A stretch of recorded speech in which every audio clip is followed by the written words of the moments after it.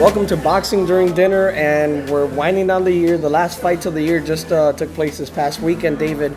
And before we go into our year in review, which will be a completely separate episode for you guys, we're going to talk about this weekend and this weekend only. Where do you want to start? Well, let's go with who I think a lot of people are going to argue was Fighter of the Year this year, without trying to give anything away from the next episode, Donaire versus Arce, which last week I said was going to be a murder, and it was pretty much what I expected. Armando,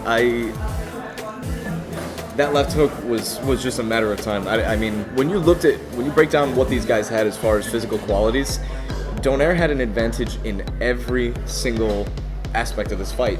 Size, height, reach, speed, youth. I mean, name it, and Donaire had an advantage. This was a mismatch before the contract was ever signed. Right, and Jorge Arce, coming into this fight, he's a fighter that's been around for a long, long time. And, I don't know if there was anybody who thought that he was going to carry the Mexican momentum against Filipinos going into this fight, after Marquez Pacquiao. But no, that wasn't the case. Jorge Arce, I mean, the writing was on the wall.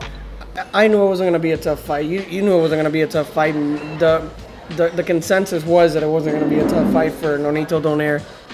Jorge Arce, he's past his prime. I mean, there's a guy who once fought Michael Carbajal, who was old and lost, and then he went on to have a great career. Sure. But that's how old he is. Yeah. Well, in fact, he retired after the fight, and I think that's his best decision. That's the second opponent Donaire's retired this year. It was a great decision, and Nonito Donaire, to his credit, continued to look great. Fought 4 times this year, won all 4 fights in pretty impressive fashion. And Nonito Donaire is a fighter to watch, for years to come. He's exciting. He's obviously going to grow into his body. He's going to fight in more glamorous divisions than 122.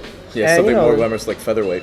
like featherweight, yeah. Or junior lightweight. Right. I mean, he could even make it to lightweight at some point of his career. That's possible. If Manny Pacquiao could go from 108 to 154 and kill Antonio Margarito, then Donaire can do anything. And another guy who I think proved that he's still, a commodity in the sport and a contender, and he still can make some noise is Amir Khan. And for a while, I thought Khan was one of the top pound-for-pound fighters in the world. And people may argue, I actually did argue with me and, called me an idiot and I sure did. Stuff, and you did as well. But when it comes to pure boxing skills, Amir Khan is still one of the best in the sport. He was one of the best fighters to come out of the Olympics at, when he did.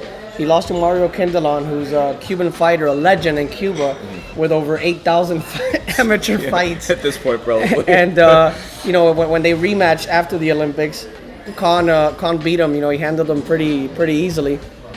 And, he had a skyrocketed start to his career. Lost to Prescott, but came back, looked good. And now rebounding after the loss to Danny Garcia, he looked pretty damn good against Carlos Molina, the fake Carlos Molina, because the other one's the guy I like. Right. But, I don't care if this Carlos Molina guy, is just a regular contender, but Khan handled him pretty easily. I mean, he's still a name in the 140-pound division. Here's what I didn't like about the performance, though. All of those things that you said are true. Khan's greatest asset has always been his hand speed and combination punching. If you appreciate offensive fighters, Amir Khan is a sight to behold. I mean, he's really a breathtaking offensive performer.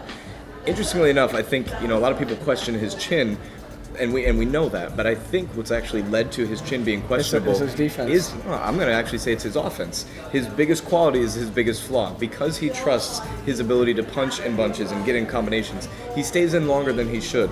Amir Khan is a fighter who throws a lot 6, 7 punch combinations. In that time, sure, he's landing a lot of clean shots, but his opponent is going to get off a shot or two. And Carlos Molina landed that left hook far too comfortably, far too often, flush on Amir Khan's chin. And that, to me, is, Molina was a 7 KO puncher. I mean, this was designed to be the fight where Khan was going to look good, and he did. Let's not take that away from him. But that, to me, is his undoing. His offensive output remains possibly his undoing, is the fact that he trusts his offense so much. No, you're absolutely right. I mean, that was what led him to to that defeat against Danny Garcia, because I mean, a lot of people may argue if it wasn't for Danny Garcia's, I guess you could call it power. I mean, he knocked him out, and he made and there weren't like just flash knockdowns. There were serious knockdowns. And if it wasn't for that, it looked like Amir Khan was on his way to winning a decision. The way that fight started, you were like, I mean, this kid's, you know, he's out of his element. He's going to get outboxed by Amir Khan. But you're absolutely right. Khan has that tendency to stay in there a little too long when he should, you know, be stick and move. And that could be the thing that could catapult his career even further at this point, because a lot of people don't think he has much of a career left after the loss. But he does. But he needs to do, you know, what David just alluded to, and you know, he has a good trainer now to that he feels comfortable with, by all intents and purposes, and he just needs to follow the advice and do exactly what you just mentioned. There's a chance that his career could parallel Vladimir Klitschko's in some ways, because he was a guy who was losing to the likes of Corey Sanders and Layman Brewster when people were questioning his chin. Were Vladimir Klitschko's, you know, chin problems did they ever disappear? I don't think so. I think he's still susceptible to be hurt, as any fighter is, but he changed his style. Is it the most crowd-pleasing one? Are people excited when Vladimir Klitschko fights? No, not always. But he's developed a style that's given him longevity, and if Amir Khan can do that. It's adapting to what makes you successful, and Lennox Lewis did it best. I mean, Lennox Lewis would have some fights that were great. You know, he kicked the crap out of Andrew Galata, knocked out Michael Grant. But then he had these performances against Evander Holyfield, against David Tua, and it was the most boring thing to watch in the history of the world. Yeah. But I kept on telling people, you know, because I would tell them, look, Lennox Lewis is the best heavyweight by far right now. He's probably one of the best all time when it's all said and done. And they were like, what are you talking about? And I'm like, dude, it doesn't matter how boring the performance is. I mean, watch some of these older fights from like the 1920s. I mean, I've seen Jack Johnson, when he would fight, he would grab people's hands in the fight. I mean, you know, obviously you can't do that anymore with the way the gloves are. But it doesn't matter how boring it is. And Amir Khan, you know, make it boring. Make it boring. You know, don't get into that type of fight, and you could have a career once again. Before we leave Amir Khan, though, I want to say a rumor that I think is extremely compelling to me is that his rumored next opponent, either in March or April of 2013, is against Josecito Lopez. Yes. That's a good fight. To me, yeah. I mean, that's a very good fight. Very big step up already for Amir Khan. Was Lopez handled by... Sorry, I just spit on you. I know you didn't see that on camera, but I just spit on Armando. Josecito Lopez moved into a weight class 2 beyond his, you know, in order to fight Canelo Alvarez. It was a fight he never should have been in. But he was at 147 and put Victor Ortiz through hell and ended up winning that fight by, you know, stoppage because of the broken jaw.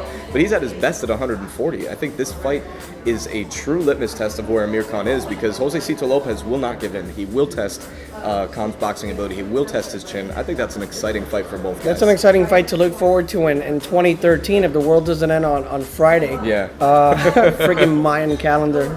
God damn you guys. But no, that'll be a good fight to look forward to. Like he said, I mean, if Amir Khan beats Josecito Lopez, granted, you know, yes, he lost against Canelo Alvarez pretty convincingly, but that's at 154, and he's fighting a guy with a huge body. I mean, Canelo could fight at 160, 168, I think, if he wanted to.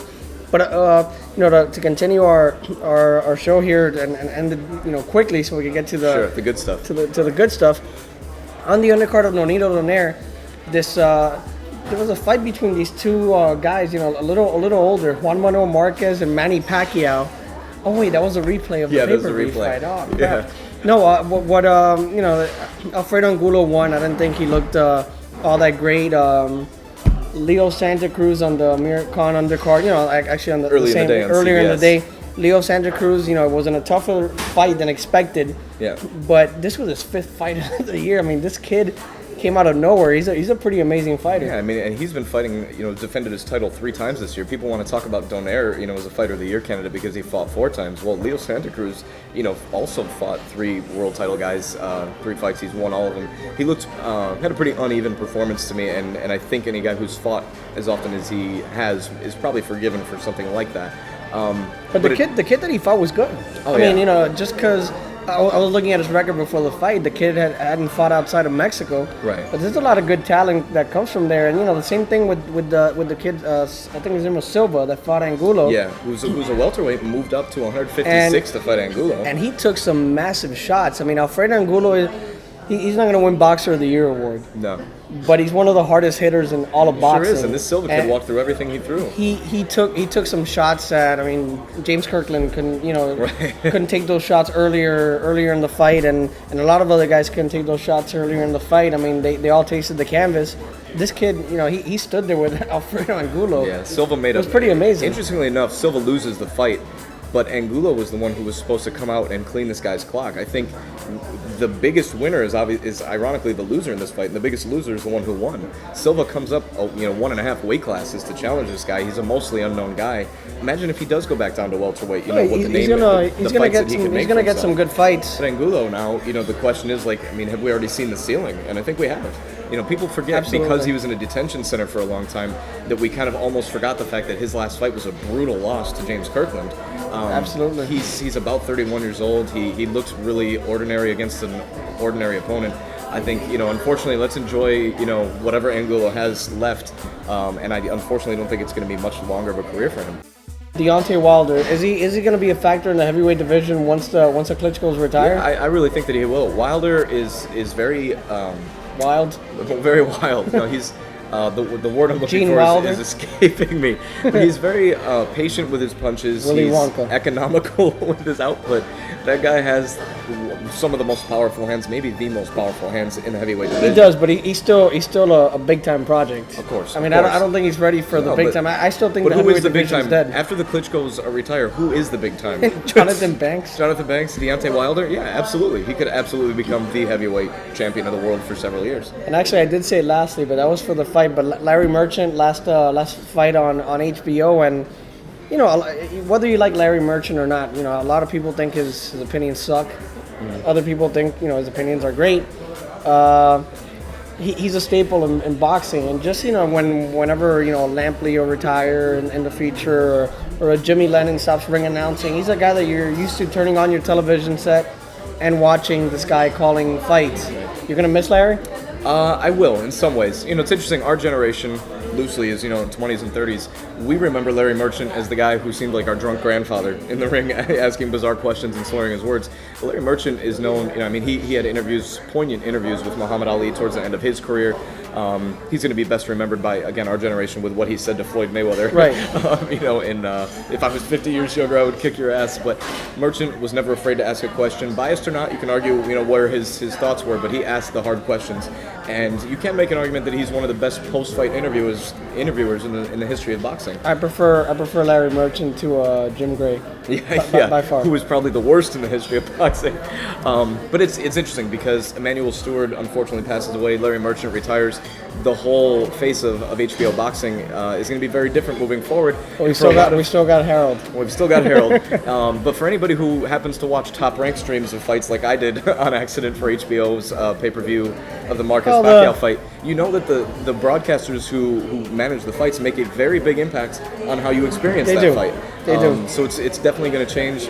Kudos to Larry Merchant, who's actually not retiring. He's moving on to something with NBC. But he won't be there with HBO. But he won't be with HBO anymore. Yeah, but I'm kind of in the middle about what that means. But it's a long career for 35 years with HBO. He gave a lot to the sport, and for that sense, we should give him a lot of credit. We got one more episode to record, so watch our next one, the year in review. Yep.